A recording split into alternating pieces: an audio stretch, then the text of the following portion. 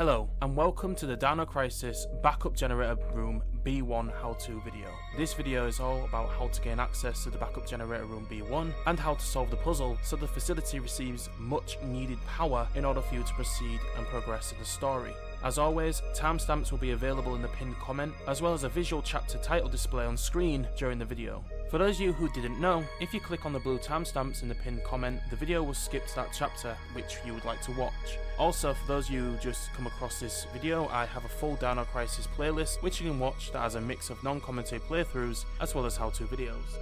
To recap, in the last how-to video I showed you how to find the DDKN input and code disks, as well as how to solve the DDKN panel lock. If you have not done this yet, you will need to have solved DDKN, which will have then unlocked the doors, allowing you to proceed. If you haven't done this yet, the how-to video for that part will be in the pinned comment of this video. Once you have both DDKN disks and you approach the double doors, this will trigger a cutscene where it calls Regina on her comm, saying that he would like her to check something out. In order to fulfill his request, you will have to unlock the doors in front of you. Once you do, you'll be able to access and enter the elevator hall.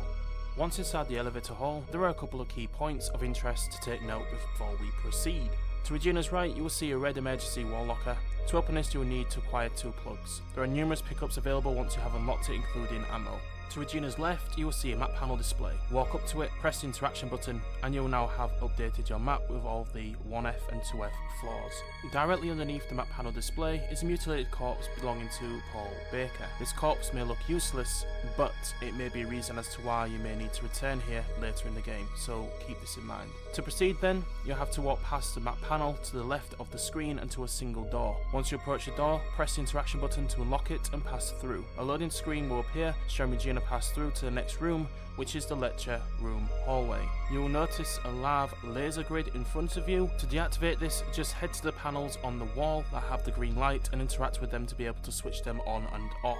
As you head around the corner, a cutscene will be triggered. A Raptor will breach the door behind Regina whilst another rushes to surround her. I suggest running past the one in front of you and reactivating the laser grid, shielding you from their attacks so that you can eliminate the threats before proceeding. You will need to be quick, or you may find yourself in need of a resuscitation kit. Once the threats have been neutralized, you will need to head back around the corner and at the bottom of the hall and turn left. You will notice an open vent which will be in view behind Regina and a blood trail leading to a corpse which will become more visible as you get closer to the door. Walk up to the door and press the interaction button, and now you will enter the lecture room.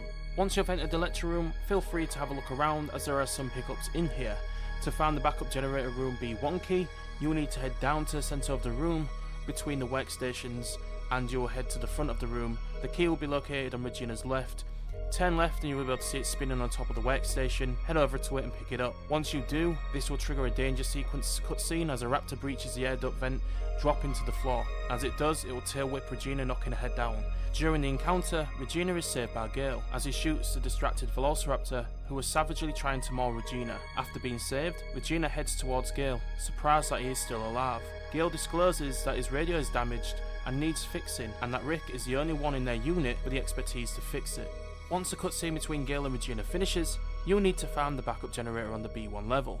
To do this, we will need to head back to roughly where we started the game. As you can see on the map, it is this area of the facility. To get here then, we will need to retrace our steps to the main entrance. From there, we'll be able to head to the office hallway. Once the loading screen has ended, you will need to deactivate the laser grid. Head straight down the hall and turn right, and go through the door at the bottom of the hall. Once the loading screen is finished, you are now able to explore the backyard of the facility.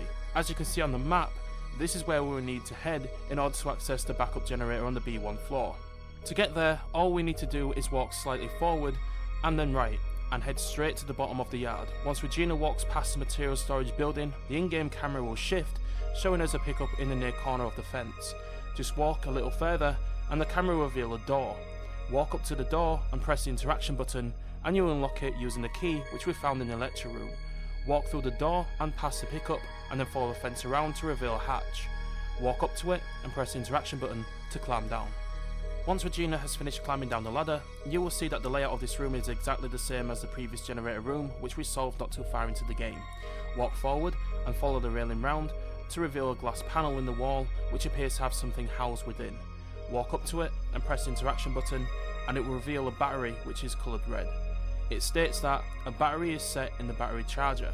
then asks if you'd like to remove it. Press yes, and your inventory will pop up, showing the red startup battery, stating that it is fully charged. Return from your inventory and continue to follow the generator around to finally reveal an all too familiar puzzle. However, unlike the first generator, the red battery is missing. To return the red startup battery to its housing, you'll have to walk up to the smaller glass panel door. Press the interaction button and it will open. To do this, you'll have to go back to your item inventory, hover over the red startup battery, press the interaction button and press use. Once you do this, a mini cutscene will show the red battery being placed into the 4th slot at the end. Walk up to the bigger glass panel and press the interaction button in order to start this puzzle. The startup generator requires us to match the colour coded batteries with the corresponding colour coded wall switches. The order in which I press the buttons to rearrange the batteries are as follows: left, centre, right, left, centre, left. Once you have successfully placed the colour coordinated batteries in the order of red, blue, green, white, you will need to walk up to the corresponding wall switch and activate it. Because you have placed the batteries in the correct order, the generator will power up and you'll receive a comm call from Rick. In the short cutscene, Rick asks if you are responsible for returning power to the facility, in which Regina confirms. Rick then requests to speak to you about something, ending the cutscene. This leads on to our next section of how-to videos.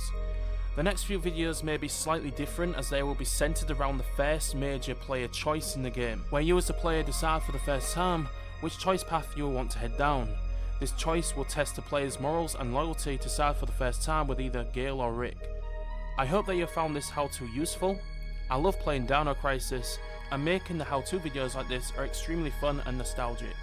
If you'd like to see more DinoCrisis content, check out this channel's DinoCrisis playlist, and as always, thank you for watching, and I will see you in the next video.